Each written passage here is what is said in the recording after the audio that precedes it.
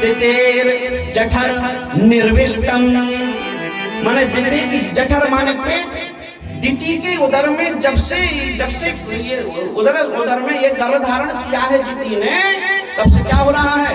काशकम तेज उल्बड़म, चारे दशाएं ऐसी गर्म हो रही जैसे आग लगा रही, ऐसे पता नहीं क्या हो रहा है, क्या होने वाला है। ब्रह्मा जी बताओ तो कुछ, क्या इनके गर्भ में ऐसा कौन से जीव आ गए हैं?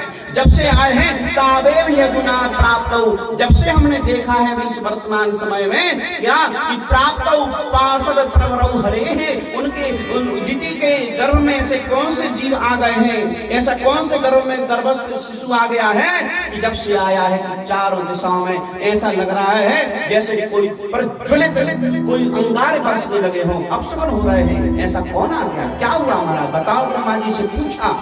ब्रह्मा जी ने कहा भैया भगवान के पास विजय और विजय हैं।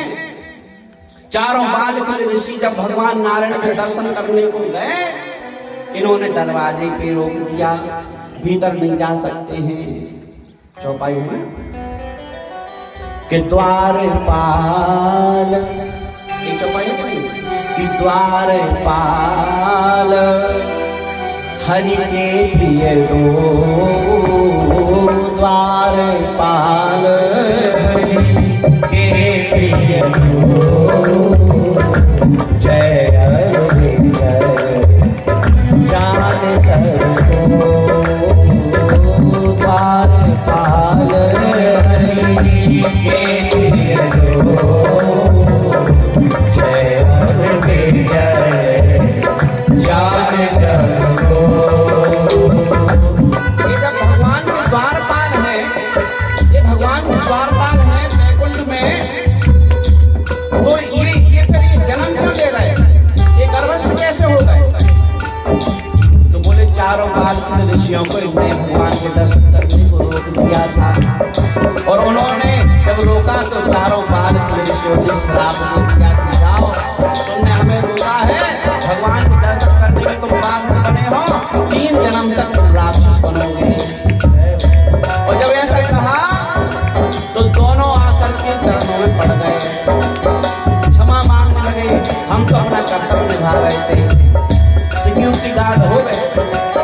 उसके लिए कहा जा रहा है, सुनो, कोई विधायक किसी मिलने नहीं आ पाए तो उस गार्ड की ड्यूटी है, कोई किसी को मिलने थोड़ी देगा, रोकेगा।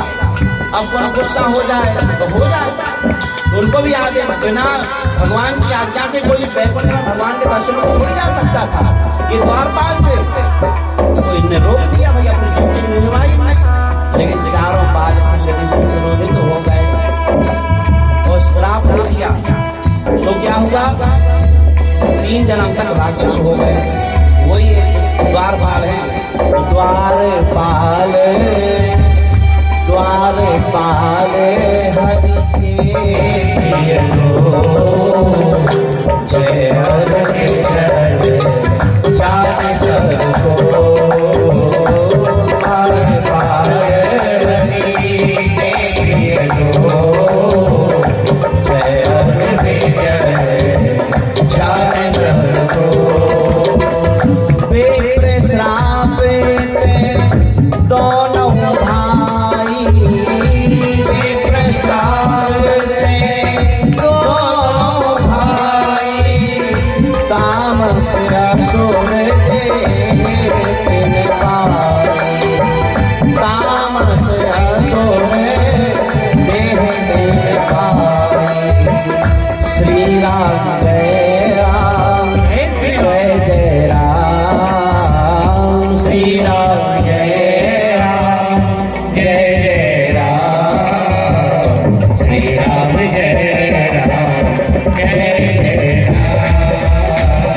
श्री राम जय राम, जय जय राम, श्री राम जय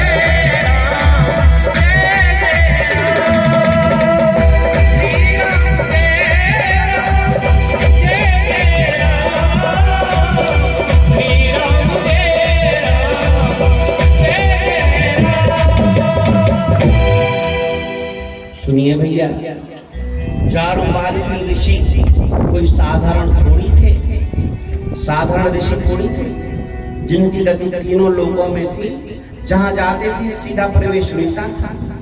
इन चारों काल ऋषियों ने काम को जीत लिया, लोभ को जीत लिया, लेकिन क्रोध को ये भी नहीं जीत पाए। इतना भयंकर होता है क्रोध। व्यक्ति काम को जीत लेगा, लोभ पर काबू प्राप्त कर लेगा, लेकिन क्रोध बहुत भयंकर चीज है, इसको नहीं जीत सकता है। दुर्वासा जी ने सब जीत लिया। दुर्वासा जी केवल दूबा का रसपान करके रहते थे और तपस्या करते थे, इतने बड़े तपस्वी थे, लेकिन बात बात पर गुस्सा आ जाती थी। जे चाहे तो जब गुस्सा शराब कर ले, तो क्रोध तो दुर्वासा जी भी नहीं जीत पाए, चारे बार के ऋषि भी नहीं जीत पाए। अब सुनो भैया, एक बात बताएं, कोनो कामी व्यक्ति हो गए तो काम की पूर्ति हो जा, सो लोभी धन से लोभ की पूर्ति कर लेता है। कामी व्यक्ति कामनाओं की पूर्ति से काम की पूर्ति कर लेता है। लोभी व्यक्ति को धन मिल जाता है तो उसकी पूर्ति हो जाती है, नहीं हो जाती। लेकिन हम आप से पूछें, क्रोधी व्यक्ति को क्या फायदा हो क्रोध करके? केवल नुकसान ही नुकसान होते हैं, क्रोध में कोई फायदा नहीं है। अरे लोभी तो लोभ करेगा तो धन इकट्ठा कर लेगा, चाहे भूखे रह ले मगर तिजोरी भर ही है। तो भैया ठीक है, लोभी व्यक्ति ने धन इकट्ठा कर लिया, कामी व्यक्ति ने कामना की पूर्ति कर ली। हम पूछना चाहते हैं, क्रोधी व्यक्ति को क्या मिला? क्या मिला? नुकसान ही मिला। जब गुस्सा आई तो ब्लड प्रेशर हाई होगा, तो आंखें लाल हो गई, बाइक दिक्कत, और क्रोध में कोनो को 300 तो कर दिल पहुंच गए, तो सभी जमीन मिल गई। नहीं, क्रोधी व्यक्ति को क्या कुछ नहीं मिलता? क्रोध पर काबू नहीं हो पाता भैया, क्रोध पर काबू मुश्किल से होता है, बड़ी तपस्या करने पर। अरे बाल के ऋषि क्रोध पर काबू नहीं कर पाए, हम और आपका कहां लगा? तो क्रोधी हो गए, क्रोध आ गया, श्राप दे दिया, जाओ 3 जन्म तक तुम राक्षस बनोगे। और जब पांव पर इसको कह देंगे राक्षस तो बनो, श्राप नहीं हो सकता, लेकिन तुम जब राक्षस बनो तुम्हारा उद्धार करो भगवान, जाओ आशीर्वाद। तो संत के श्राप से ये 3 जन्म तक ये दोनों राक्षस बने और भगवान को आके उनको उद्धार करना पड़ा। तो जब पहला जन्म हुआ तो ये हिरण्यकशिपु और हिरण्याक्ष बने, हिरण्यकशिपु और हिरण्याक्ष बने। कितने वर्ष तक रहे गर्भ में?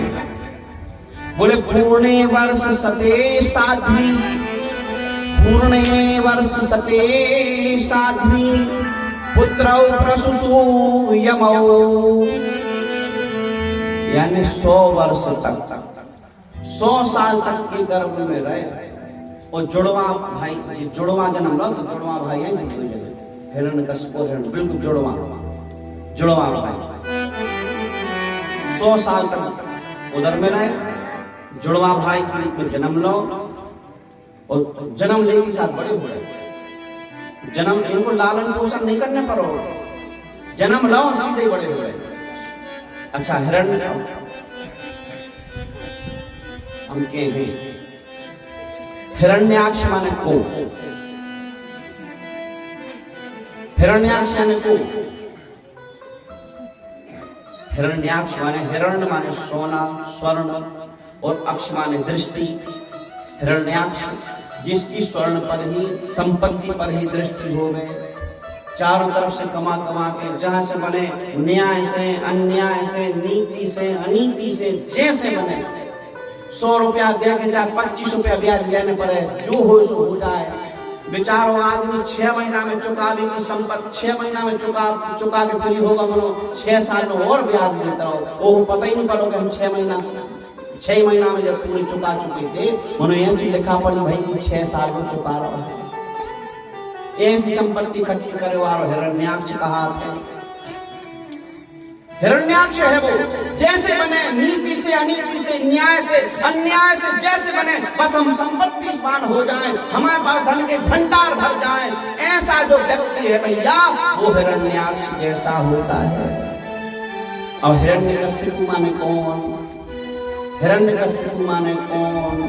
हिरण्य माने फिर से सोना, स्वर्ण, गोल्ड, और कशिपु माने बिस्तर, सैया, बैग। कशिपु माने सैया, बिस्तर, माने जेको संपत्ति खूब। हिरण्याक्ष माने संपत्ति न्याय अन्याय से कमावे वालो। हिरण्यकशिपु माने जितनी जा न्याय अन्याय से कमा लई तो कोई पे सांप बन के बढ़िया बैठ जावे। अब कोई में है न धर्म में लगा रहा हूँ, न पूजा में, न पाठ में, न दान में, न पुण्य में, न बाल बच्चों को दे रहा हूँ, चाबी बिल्कुल गले में लटका कर जा करने में कर रहे चाबी। अब चाहे जो हो सो हो जाए, घरों कट जाए, चाबी तो लेते हैं। सुनो, हमारे जब प्राण चले जाए सुल्तान लीजिए चाबी लो, हमारे जीते जी हम ले कमाई और रुपए को सदा के बैठ गए, रक्षा करके बैठ गए, और उस संपत्ति का सदुपयोग नहीं करता है जो व्यक्ति, वही हिरण्यकशिपु है। कमाई करो, खूब करो, जी भर के कमाओ, लेकिन दान पुण्य में किसी गरीब की सेवा करो। किसी गरीब के यहाँ बेटी हो और उसका विवाह संस्कार हो रहा हो और उसकी कोई व्यवस्था ना बन पा रही हो, हम जानी कह महाराज चल सुनो, बोलो है, बोलो वृंदावन बिहारी लाल की जय। ये भैया आज 4 दिन पहला 3 और बच्चा, वो पुरुष किसे कहते हैं? पुरुष जो धर्म अर्थ काम मोक्ष चारों पुरुषार्थों को सिद्ध कर ले गए, प्राप्त कर ले गए, वही पुरुष कहलाता है। धर्म अर्थ काम मोक्ष चारों पुरुषार्थों को सिद्ध करने वाले व्यक्ति को पुरुष कहा जाता है। 4 में से एक कमी रह जाए पुरुष नहीं। तो खूब धन कमाओ, धन कमाने के लिए मना नहीं है शास्त्र, जितना बने उतना कमाओ। एक कमरा में बन जाए, दूसरे कमरा को भरन लगो, तीसरे को भर, घास घास के भक्तों में भर ले, खूब कमाओ। लेकिन यदि उसका तुम सदुपयोग नहीं करोगे, उसको सत्कर्म में खर्च नहीं करोगे, तो हिरण्यकशिपु से ज्यादा व्यवस्था नहीं होगी। ये कथा ये लिखा है, हम क्या करें, लिखा जो बता रहे हैं। हिरण्यकशिपु ने उसको रखा और इकट्ठा करके रख दिया, कहीं धर्म को खर्च नहीं करता। हम ये नहीं कह रहे पंडित जी को खूब दान करो, नहीं, पंडित जी को तो आप बिल्कुल दान मत करो। मैंने कल कहा था, फिर कह देता हूं, पंडित जी को तो ये देंगे, ये बैठे, यही आपको दे रहा है, यही सबको दे रहा है कि नहीं? दाता एक राम, भिखारी सारी दुनिया। भैया हम और आप तो सब भिखारी हैं, भगवान के सामने मांगते हैं, भगवान कृपा करके आपको दे रहा है, वही भगवान कृपा करके हमको भी देने वाला है। इसलिए भैया हमें मत देना। लेकिन यदि गांव में कोई ऐसी गरीब कन्या का कोई विवाह संस्कार हो रहा हो, उसके पास बेचारे के पास कोई व्यवस्था न बन रही हो, और यदि भगवान ने आपको संपत्तिमान बनाया है, खूब आपको दिया है, भगवान देता इसलिए है भैया, भगवान को देने के पीछे दूसरा कोई उद्देश्य नहीं होता है। यदि भगवान किसी को बहुत प्रचुर धन संपदा देता है, उसके पीछे एक ही भगवान का उद्देश्य होता है, मेरे दिए हुए धन का तू सदुपयोग करना, गरीब असहायों दीन दुखियों की सेवा करना। जा, मैं तुझे ये संपत्ति प्रदान करता हूँ, जा, तुझे मैं कुबेर के जैसे संपत्तिवान बना रहा हूँ, तू मेरी संपत्ति का सदुपयोग करना, गरीबों की सहायता करना।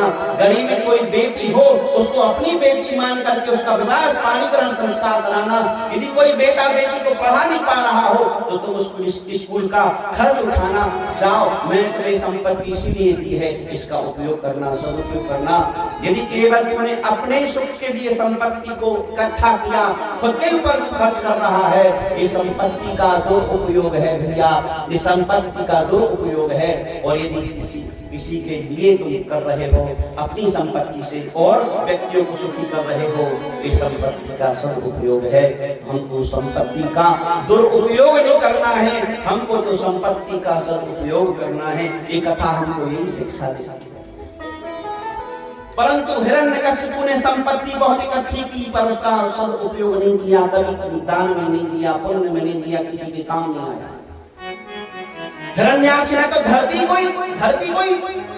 हरण कर लिया, लेके गया समुद्र की मार्ग से पाताल में उसको छुपा लिया। देवता भगवान के पास गए, भगवान धरती को हिरण्याक्ष लेके चला गया। भगवान ने कहा तुम चिंता नहीं करो, तुम चिंता नहीं करो। और हुआ ये क्या कि ब्रह्मा जी की नासिका, दाएं नासिका के छिद्र से